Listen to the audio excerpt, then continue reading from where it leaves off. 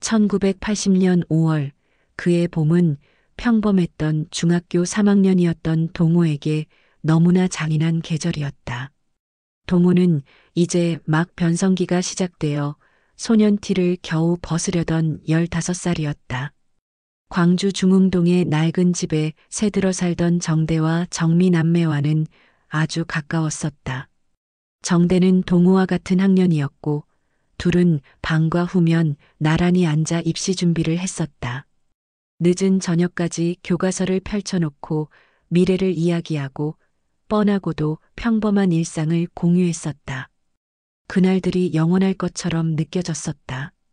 책상 위에는 늘 정미 누나가 깎아준 연필과 어머니가 만들어준 김밥 냄새가 희미하게 남아 있었다. 하지만 그 평범함은 어느 날 갑자기 산산조각 났다. 처음 시신을 본 날은 잊을 수 없다. 광주역 앞에서 총에 맞은 시신들이 리어카에 실려 시위대의 맨 앞에서 행진하는 것을 동호는 두 눈으로 보게 되었다. 리어카 위에는 창백하게 식어가는 몸들이 놓여 있었고 핏자국이 희미하게 남아 있었다. 노인부터 아이들까지 사람들이 모인 그 뜨거운 광장에서 동호와 정대는 자신들도 모르게 손을 꽉 잡았다. 두 소녀는 그 거대한 슬픔과 분노의 선두열기 속으로 마치 끌려가듯 나아갔었다. 심장이 터질 것 같은 북소리와 구호소리가 귓가를 때렸지만 그보다는 알 수 없는 비장함과 결의가 온몸에 퍼져나가는 느낌이었다. 그때였다. 굉음과 함께 터진 총소리는 광장을 일순간에 아수라장으로 만들었다. 꿈틀거리던 인파가 갑자기 와르르 무너졌고 비명과 울음 그리고 둔탁한 소리가 뒤섞였다. 동호는 그 혼란 속에서 정대의 손을 놓쳤다. 정대가 중심을 잃고 쓰러지는 것을 분명히 보았지만 사람들의 거친 파도에 밀려 정대에게서 멀어져야 했다. 공포가 온몸의 세포를 지배했고 필사적으로 몸을 피한 후였다. 간신히 숨을 고르며 고개를 돌렸을 때 멀리서 쓰러져 있었지만 미세하게 운동화 발이 움직이던 하늘색 체육복 바지를 동호는 보았다. 그 옷은 분명 정대의 것이었다. 동호는 본능적으로 다시 냅다 뛰쳐나가 정대를 부르려 했다. 정대야 하고 소리치려 입을 열었지만 곁에 있던 덩치 큰 아저씨가 동호의 팔을 낚아채듯 잡고 눈을 가렸다. 아저씨는 속삭이듯 혹은 경고하듯 지금 나서는 건 개죽음이라고 살아야 한다고 말렸었다. 동호는 그때의 그 강력한 손길과 아저씨의 떨리는 목소리를 평생 잊지 못할 것 같았다. 그 아저씨의 손은 온몸의 근육을 얼어붙게 만들었고 동호는 그 자리에 꼼짝없이 서서 멀리 있는 정대의 옷자락만 바라볼 수밖에 없었다. 그날 오후 늦게 해가 저물어서야 겨우 집에 돌아왔다. 사랑채 정대의 방은 아무런 기척도 없이 조용했다. 방문을 조심스럽게 열어보았지만 방 안에는 낯선 공기만 감돌았다. 늘 정돈되어 있던 책상 위에는 그대로 책들이 놓여 있었지만 인기척이 없으니 방 전체가 숨을 멈춘 것처럼 느껴졌다. 정미 누나의 모습도 보이지 않았다. 어머니는 동호에게 아무 일 없었다는 듯 밥을 먹이려 했지만 밥알은 목구멍으로 넘어가지 않았다. 동호는 밤새 잠을 이루지 못하고 내가 그때 정대의 손을 왜 놓쳤을까, 아저씨의 말을 듣지 말았어야 했을까 하는 생각만 되풀이했다. 정대의 손을 놓친 것에 용서를 빌고 함께 정대를 찾아 나서자고 이야기하고 싶었다. 하지만 그 모든 간절한 마음은 텅 빈 방의 고요함과 어머니의 침묵 앞에서 무너졌다. 스스로를 용서할 수 없었다. 동호는 정대를 찾아야만 했다. 그 의무감과 죄책감이 그를 잠식했고 결국 광주도청의 민원봉사실로 향하게 만들었다. 그곳에서 은숙 누나와 선주 누나를 만났다. 그들은 시신들을 수습하고 돌보는 힘든 일을 돕고 있었다. 은숙 누나는 차분했지만 슬픔에 잠긴 눈빛이었고 선주 누나는 미싱사였음에도 불구하고 거친 일을 묵묵히 해내고 있었다. 동호는 정대의 시신을 찾아야 한다는 명분을 내세웠고 결국 그곳에 남아 시신들의 인적사항을 파악하고 장부에 기록하는 일을 맡았다. 끔찍했지만 가만히 집에 앉아 있는 것보다는 나았다. 서울에서 내려온 대학생 진수형도 그곳에서 만났다. 진수형은 동호에게 너는 아직 어리다. 여기 있으면 안 된다. 집으로 돌아가라고 거듭 권유했지만 동호는 고집을 부려 끝까지 남았다. 그는 진수형의 눈빛 속에서 굳은 결의와 함께 깊은 피로를 읽었었다. 도청은 살아있는 자들과 이미 죽은 자들, 그리고 오열하는 유족들이 뒤섞인 거대한 임시 공간이었다. 유족들이 시신을 확인하고 오열이 멈추기를 동호는 멀리서 지켜보며 기다려야 했다. 한 유족이 뿜어내는 슬픔의 크기는 15살 소년이 감당하기 어려운 것이었다. 유족들은 시신을 수습한 후 태극기로 관을 감쌌고 진수형과 은숙 누나의 주도 하에 짧은 추도식을 치렀다. 은숙 누나는 동호에게 지금 군인들이 권력을 잡으려고 무고한 사람들을 죽인 것이며 그들이 외치는 나라는 진짜 나라가 아니라고 단호하게 설명해 주었다. 시신들은 상무관으로 옮겨졌고 그곳에는 셀 수 없이 많은 세관들이 끝없이 들어왔다. 관들이 쌓일 때마다 동호의 마음은 더욱 무거워졌다. 엄마와 작은 형이 끝내 동호를 찾아왔다. 엄마는 동호를 보자마자 얼싸안고 너마저 이러면 안 된다며 울부짖었다. 형 역시 간절하게 돌아가라고 울먹였지만 동호는 걱정 마세요. 곧 가겠다고요라고 약속만 하고 그날 밤 도청에 남기로 결정했다. 그는 이 끔찍한 진실의 현장을 떠날 수 없었다. 정대를 찾지 못했더라도 이곳에 남아있는 것이 자신이 해야 할 일이라고 믿었다.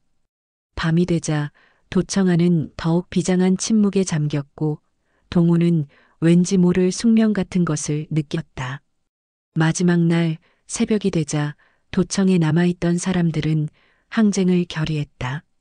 곧 계엄군이 들이닥칠 것이라는 소문이 돌았고 형들은 어린 학생들에게만은 제발 항복해서 살 길을 찾으라고 간곡하게 권했다.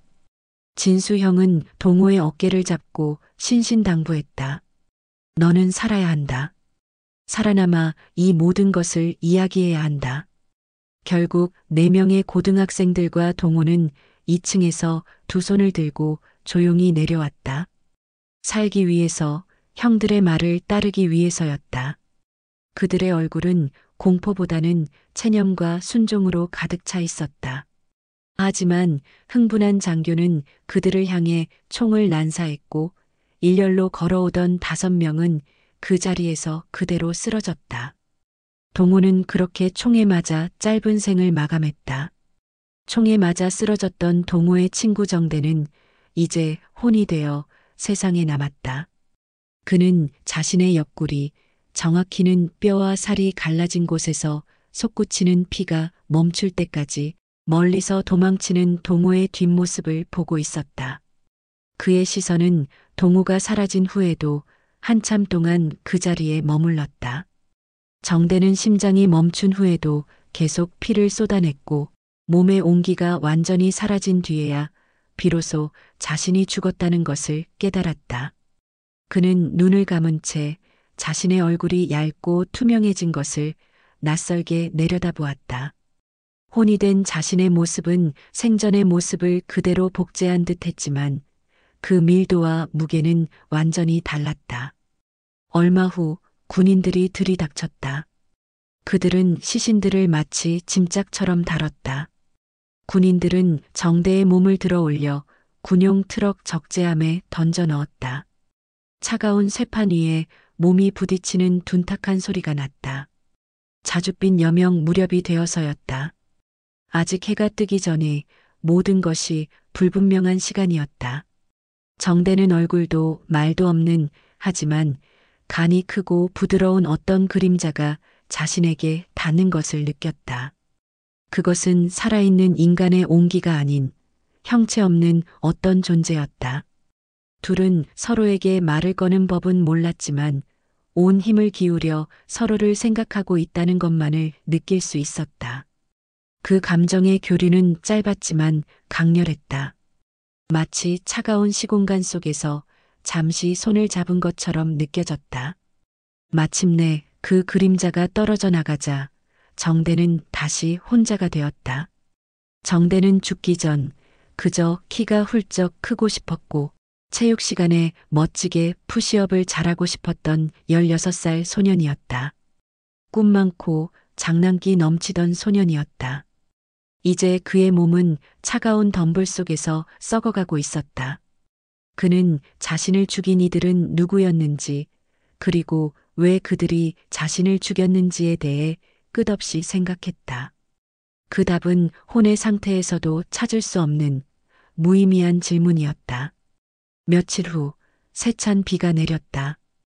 비는 시신 주변의 피를 씻어냈고 물과 접촉한 시신들은 빠르게 부패하기 시작했다. 그리고 그들은 다시 찾아왔다. 자정전의 깊은 밤이었다. 그들은 시신들의 탑 위에 무언가를 부었다. 정대는 곧 그것이 석유라는 것을 알았다. 기름이 시신과 마른 덤불 위에 고르게 뿌려졌다. 그리고 마른 덤불에 불을 붙여 던졌다.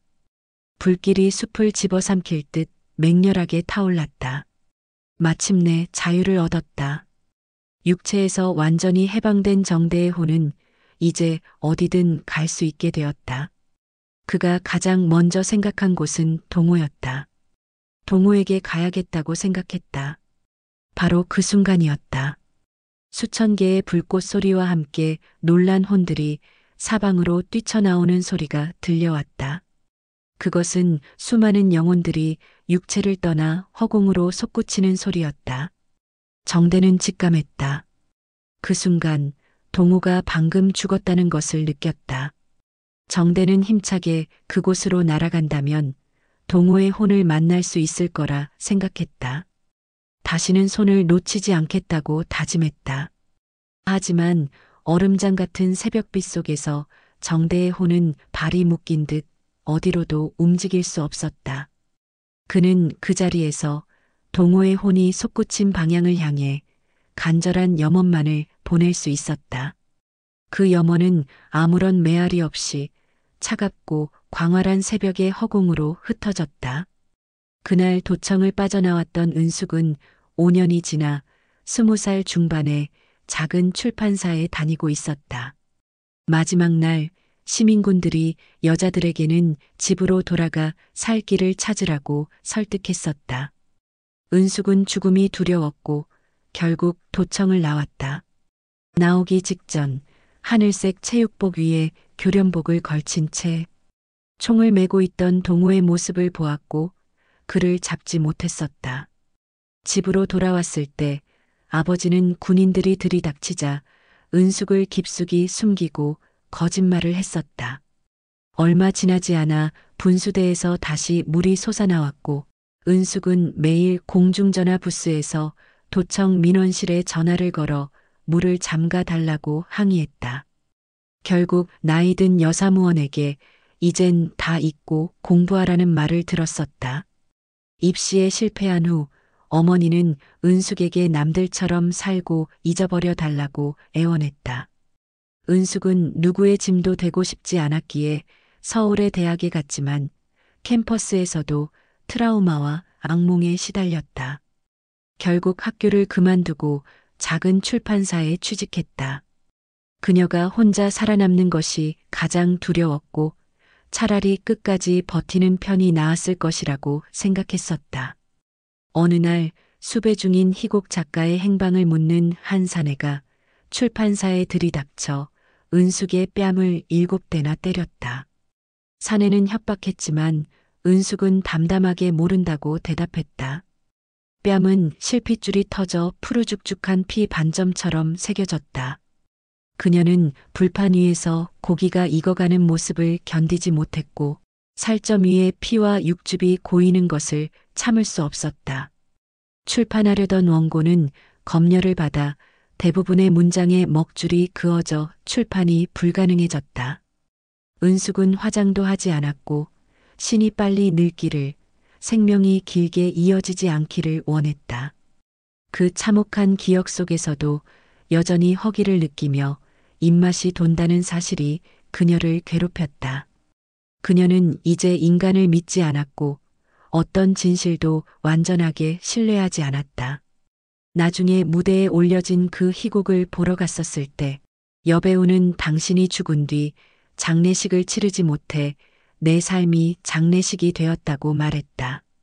조명이 객석을 비추는 순간 2살 정도로 보이는 하얀 반소매 체육복 소년이 통로에 서 있었고 은숙은 자신도 모르게 동호야라고 불렀다. 그녀는 소년의 얼굴을 보지 않기 위해 눈을 감았다. 그녀의 삶은 계속되고 있었지만 그것은 동호를 위한 끝나지 않는 장례식이었다. 그해 5월 도청에 끝까지 남아있다가 체포되었던 복학생 나는 23살의 교대 복학생이었다. 모두가 총구 앞에 섰던 날 그는 순수한 자신을 발견했고 지금 죽어도 좋다는 느낌을 받았었다. 수십만 사람들의 피가 모여 거대한 혈관을 이룬 듯한 생생한 느낌이 있었었다. 그는 도청에서 대학 신입생 김진수와 함께 있었다. 진수는 시신 관리와 장례 준비를 총괄하며 어른처럼 행동했다. 마지막 날 계엄군이 들이닥칠 것이라는 무전이 들어왔을 때 진수는 어린 학생들에게 항복하여 살 길을 찾으라고 굳센 어조로 말했다. 결국 체포된 후 그들은 창살로 막힌 방들에 갇혔다. 군인들은 검정 볼펜을 왼손가락 사이에 끼우고 고문했고 뼈가 드러날 때까지 계속했다. 내 몸이 내 것이 아니라는 것, 내 삶을 내 뜻대로 할 수 없다는 것, 허용되는 것은 끔찍한 통증뿐이라는 것을 깨달았다. 총이 없었던 이들은 먼저 석방되었지만 극렬분자들은 상무대에 남아 혹독한 고문을 당했다. 고문 방식은 더욱 정교하게 고통을 주는 방식으로 진화했다. 그리고 식사 시간에는 밥 한 줌과 김치만 있는 식사를 2인 1조로 나눠 먹게 했다. 군인들은 그들이 짐승처럼 싸우기를 노렸지만 진수와 나는 서로를 바라보며 인내했고 짐승처럼 싸우지 않았다. 진수는 특히 외모 때문에 개미들에게 물리는 변칙적인 고문을 당했다. 결국 나는 9년형, 진수는 7년형을 언도받았다. 하지만 형량은 무의미했다. 이듬해 군부는 사형수들까지 특사로 석방했다. 출소 후 진수를 만났지만 우리는 둘 다 학교로 돌아가지 못했다. 진수는 매형의 전파사를 도왔고 나는 택시 운전을 할 계획이었다. 우리는 이따금 만나 술을 마셨고 그러는 사이에 10년이 흘렀다. 하루하루의 불면과 악몽, 하루하루의 진통제와 수면, 유도제 속에서 우리는 더 이상 젊지 않았다. 아무도 우리를 위해 염려하거나 눈물 흘리지 않았고 우리 자신조차 우리를 경멸했다. 우리 몸속에는 그 여름의 조사실과 검정 볼펜, 하얗게 드러난 손가락 뼈가 남아 있었다. 언젠가 진수는 꼭 죽이고 싶은 사람들이 있었는데 이젠 그런 생각도 들지 않아. 지쳤어라고 말했다. 그해 겨울 진수는 스스로 목숨을 끊어 생을 마감했다. 나는 진수 없이 혼자 세상을 살고 있다. 날마다 이 손의 흉터를 들여다본다. 평범한 검정 볼펜을 마주칠 때마다 숨을 죽인다. 내가 짊어지고 있는 더러운 죽음의 기억이 진짜 죽음을 만나 깨끗이 나를 놓아주기를 기다리고 있다. 그해 5월 동우와 같이 시신을 돌보았던 선주는 충장로 양장점 미싱사였다. 그녀는 중학교 졸업 후부터 공장에서 일했고 노동운동을 하는 성희 언니를 만나 정당한 노동자의 권리에 관해 알게 되었다. 18살 때 노조 투쟁을 하다가 사복 형사에게 짓밟혀 장파열 진단을 받았고 그 일로 블랙리스트에 올라 취직이 어려워지자 양장점의 미싱사로 일하고 있었었다. 그녀의 21살 그의 5월이 왔고 이후 20여 년이 더 흘러 선주는 43살이 되었다. 그녀는 혼자 살았고 지금은 어떤 단체에서 활동비를 받으며 일하고 있었다. 어느 날 윤이라는 남자가 광주에 관한 논문을 쓴다며 연락을 해왔다. 그는 당시 구속되었던 여성들 중에서 증언자를 찾고 있는데 그 증언들이 너무 간략하고 고통스러운 부분은 생략되었다며 증언을 해달라고 요청했다. 성희 언니는 선주에게 왜 그렇게 숨어 지내느냐고 물었었지만 선주는 그런 언니를 용서하지 못했었다. 성희 언니가 노동운동의 전설이 될 때 선주는 광주에 남아 그 폭력의 한복판에 있었었다. 유는 논문을 위해 그녀에게 기억해달라고 직면하고 증언해달라고 부탁했다. 하지만 선주는 생각했다. 그것이 어떻게 가능했을까? 30cm 나무자가 자궁 끝까지 수십 번 후벼 들어왔다고 증언할 수 있었을까? 소총 개머리판이 자궁 입구를 찍고 지나갔다고 증언할 수 있었을까? 하열이 멈추지 않아 쇼크를 일으켜 수혈받게 되었다고, 그리고 2년 동안 그 하열이 계속되어 아이를 가질 수 없게 되었다고 증언할 수 있었을까?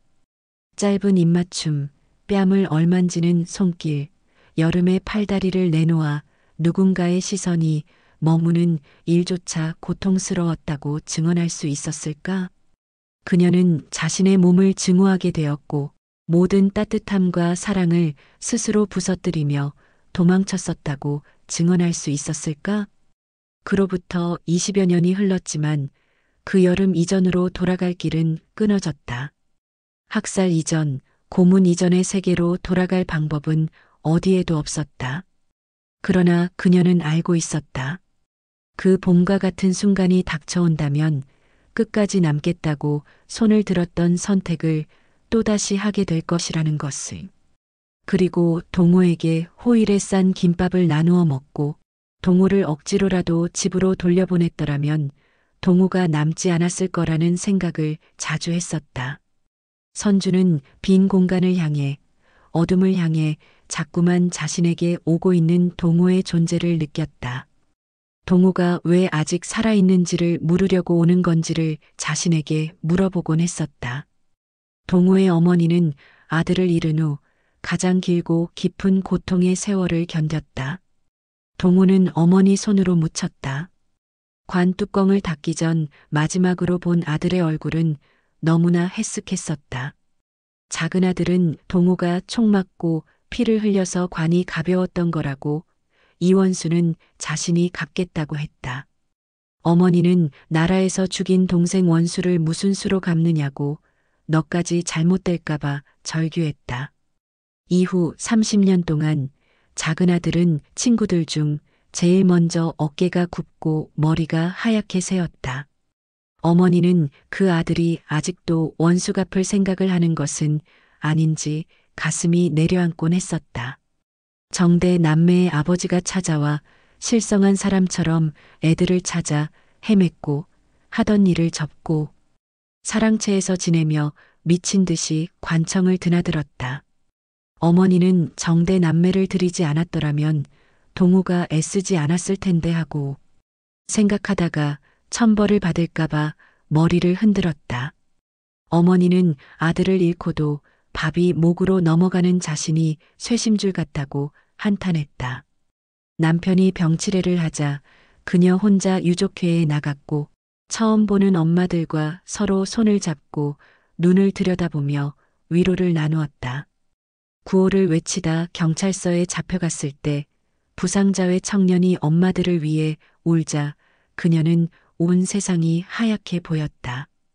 그녀는 책상 위로 올라가 살인자의 사진을 끌어내리다가 발에 유리가 박힌 적도 있었고 살인마 전두환, 내 아들 살려내라며 싸웠다. 헤어질 때마다 서로 손을 잡고 어깨를 쓸며 다시 보자는 약속을 했다. 없는 살림에도 출연금을 내서 서울 집회에 올라갔고 온갖 방해에도 불구하고 계속 투쟁했다. 그러다가 남편이 죽었고 그녀는 이 지옥에 자신만 남겨두고 가는 남편이 가엾은 건지 부러운 건지 알 수 없었다. 그렇게 30년이 흘렀다. 어머니는 막내 아들 동호의 중학생 학생증 사진을 오려 지갑 속에 지금까지 넣어두고 있었다. 이 지옥 같은 삶 속에서도 어머니는 꽃핀 쪽으로 햇볕이 드는 쪽으로 걸어가려 했었지만 여전히 아들을 잃은 그 자리에서 벗어나지 못하고 있었다. 그녀의 삶 자체가 동호를 위한 끝나지 않는 장례식이었다. 이 모든 이야기는 작가저가 이 소설을 쓰기 위해 동호의 흔적을 찾고 그날의 사람들을 만나고 현장에 가보는 과정에서 시작되었다. 이 잔혹한 진실을 파헤치는 일은 작가에게도 고뇌와 고통의 연속이었다. 작가 역시 어렸을 때 우연히 광주 민주화운동에 관한 사진들을 보고 충격을 받았었다. 1년 반의 집필 기간 동안 작가는 세 줄을 쓰고 하루 종일 울기를 반복해야 했다고 한다. 이 소설은 1980년 5월 광주 민주화운동 당시의 소용돌이치는 상황과 그 안에서 희생된 사람들의 죽음, 그리고 살아남은 이들의 트라우마에 대한 깊은 기록이었다. 작가는 소설을 쓰는 내내 어떻게 인간이 같은 인간에게 이럴 수 있을까 하는 질문을 던졌었다. 작가에게 동호의 실존 인물 모델을 확인하고 그 어머니를 인터뷰하는 과정은 큰 슬픔이었다. 40년 가까이 지난 후에도 문제의 어머니가 막내 아들을 억지로라도 못 오게 했더라면 죽지 않았을 텐데 하고 후회하는 모습은 책 속의 회한과 일치했었다. 작가에게 소년이 온다는 것은 단순히 동호의 혼이 현재를 찾아오는 것을 넘어 지금 소년들이 오고 있는데 우리는 소년들에게 무엇을 말해줄 수 있는가 하는 무거운 질문을 던지는 것이었다. 그 질문에 답하지 못한다면 또 다른 비극이 반복될 것이라는 경고가 담겨 있었었다. 이 소설은 단지 과거의 기록이 아니라 우리 모두에게 인간은 폭력에 어떻게 맞서야 하는가에 대한 근본적인 성찰을 요구하는 작품이었다.